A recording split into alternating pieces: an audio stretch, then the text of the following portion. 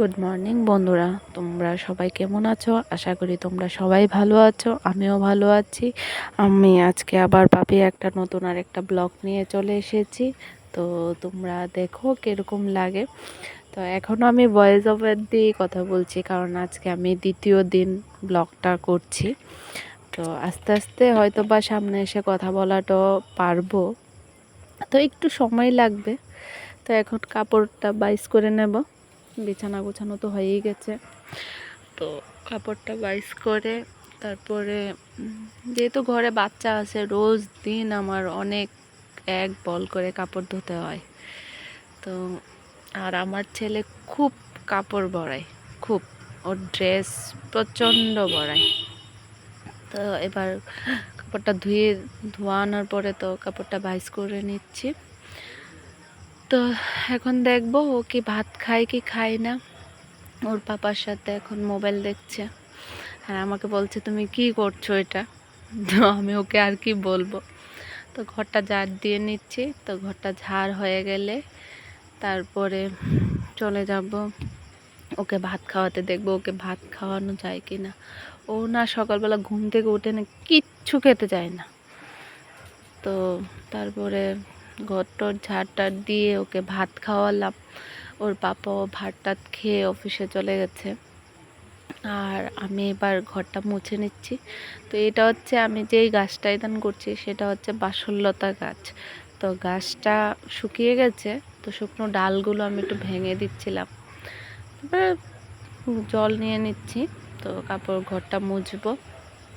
আর আমাদের বাড়িতে অনেক ফুল গাছ আছে। চলো এবার বালতিতে করে জল নিয়ে নিই। জলটা নিয়ে তারপরে যাব ঘর মুছতে।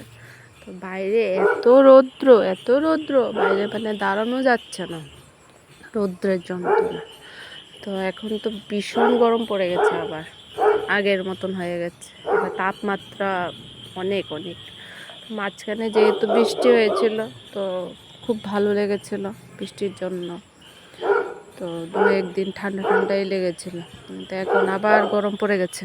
হ্যাঁ,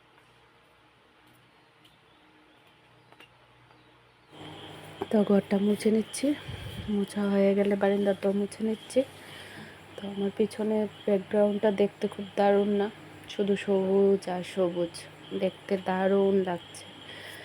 তো এই সবুজ যে দেখতে পাচ্ছ সেটা হচ্ছে ড্রাগন গাছ। তো পরে একদিন দেখাবো তোমাকে। তো এখন মার ঘরটা চলে এসেছি, মার ঘরটা মুছে নিচ্ছি। মোছা হয়ে গেলে মার ঘরটা আগে ভালো করে মুছে নিই। মোছা হয়ে গেলে তারপরে চলে যাব উঠান ঝাড় দিতে। তো দেখতে থাকো। তার মধ্যে চলে আসলো আবার ছেলেকে আবার স্নান টান করাতে হবে। তার আগে ভাবছি ওর চুলটাকে কেটে আসবো। দেখা যাক কী করি, যদি পারি তাহলে চুলটাকে কেটে নিয়ে আসবো। তারপরে ঘরটা ফ্যানটা চালিয়ে দেব, দিয়ে তারপরে তোমার উঠানটা ঝাড় দিয়ে নেব। দেখতে থাক।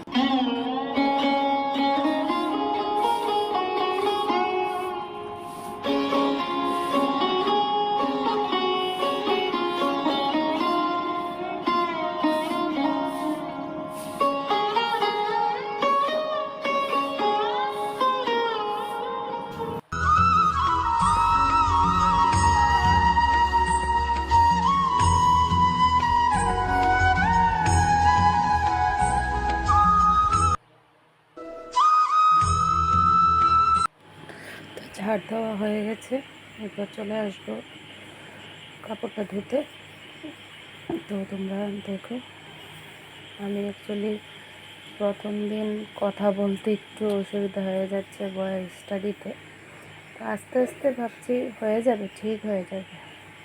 তো এখন কাপড়টাও ধোয়া হয়ে মেলে দিয়েছি, বাসনটা ধুয়ে নিচ্ছি, স্নান টান হয়ে গেছে। তো এবার ফাইনালি আমরা চুল কাটতে যাচ্ছি। ওকে নিয়ে, ওকে জিজ্ঞেস করেছি তুই কি যাবি চুল কাটতে? তো বলছে হ্যাঁ যাবো। তো ওকে নিয়ে বেরিয়ে গেছি চুল কাটার জন্য। ও খুব খুশি, ওকে বলেছি চকলেট দেবো চুল কাটলে, তার জন্য ও খুব খুশি হয়ে গেছে যে আমি চুল কাটলে তো আমাকে চকলেট দেবে। তো চলো ওকে নিয়ে যাই, গিয়ে ওকে চুলটাকে কাটিয়ে আনি। তো ওর পাপা বলছে যে ওয়াট করে আনবে। তো আমি ভেবেছিলাম ওর চুলটা ছোটোই করে নেবো, একদম ছোট ছোট, তো জিরো ভেবেছিলাম। তো ওর বাবা বলছে না না, ওয়ান কেটে আনবে। তখন কাটার পরে বোঝা গেল যে টু দিল ছোটোই, ওয়ান তো আরও ছোট হয়ে গেছে, জিরো দিলে তো ওর টাকই দেখা যেত। তো চলো তোমরা দেখতে পারবে ও কীভাবে চুল কেটেছে। তো আমি ওকে নিয়ে বেরিয়ে গেছি রাস্তার মধ্যে। তো ওকে বলছে আমার হাত ধরে ধরে চল, বলছে না আমি হাত ধরে চলবো না, আমি একা একা, চশমা পরে একদম কি বলবো, ও একা একাই চলতে পারে। আমাকে বলে মাম্মা তুমি আমাকে ধরবে না। তো সেলুনে চলে এসেছি, এসে ওকে চুল কাটানোর জন্য এটা দিয়ে দিয়েছি। তো চুলটা কাটানো হচ্ছে আর ও কন্টিনিউ খালি গল্পই করে যাচ্ছে, কীভাবে করছো কীভাবে না, এরকম। আমার কথা বলতে ও খুব ভালোবাসে, তো এই কন্টিনিউ খালি কথাই বলছে কথাই বলছে।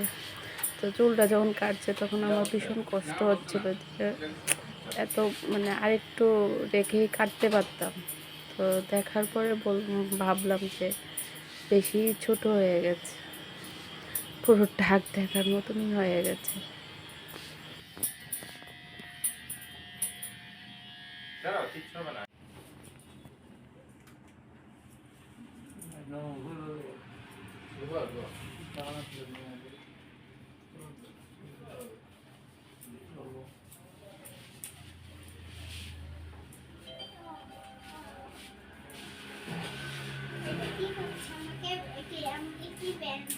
না না তার মত না সেদিন গালিস করো বলো এটা চলো এখন করবে না হাত দিয়ে দাও আমি তো দিলে কোন সরে দেব প্যার মাথা বলে দিয়েছি ঠিক লাগে না তো চুল কাটা কমপ্লিট হয়ে গেছে। তো ওকে দেখতে কীরকম লাগছে। তো আজকের ভিডিওটা আমি এখানে শেষ করছি। লাইক শেয়ার কমেন্টস করে দেবেন। Bye bye, tata.